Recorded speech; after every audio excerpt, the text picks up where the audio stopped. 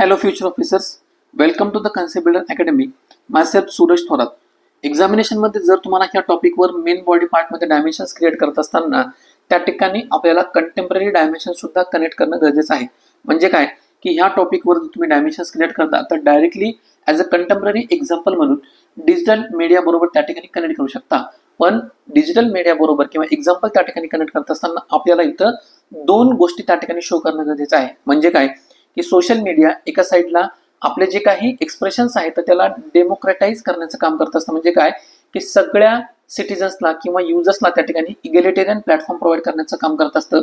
पण हे करत असताना दुसऱ्या साईडला आपण सोशल मीडियाची जी अदर साईड आहे ज्याच्यामध्ये फेक न्यूज असेल, त्यानंतर ट्रोलिंग असेल, इको चेंबर्सचा जो काही प्रॉब्लेम आहे तो असेल, कम्युनल रुमर्स वगैरे असतील किंवा कोऑर्डिनेटेड हिट कॅम्पेन वगैरे असेल, याचा सुद्धा प्रमाण आपल्याला वाढलेलं बघायला दिसतं.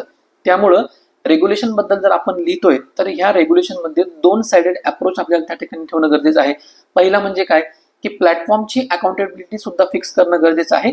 आणि दुसरी महत्वाची गोष्ट म्हणजे काय, जे काही लेजिटिमेट क्रिटिसिझम आहे तर ते सुद्धा या ठिकाणी सप्रेस होता कामा नाही हे बघणं सुद्धा काम त्या ठिकाणी करणं गरजेचं आहे. म्हणजे काय ह्या दोन गोष्टींमध्ये आपल्याला बॅलन्स क्रिएट करायचा आहे.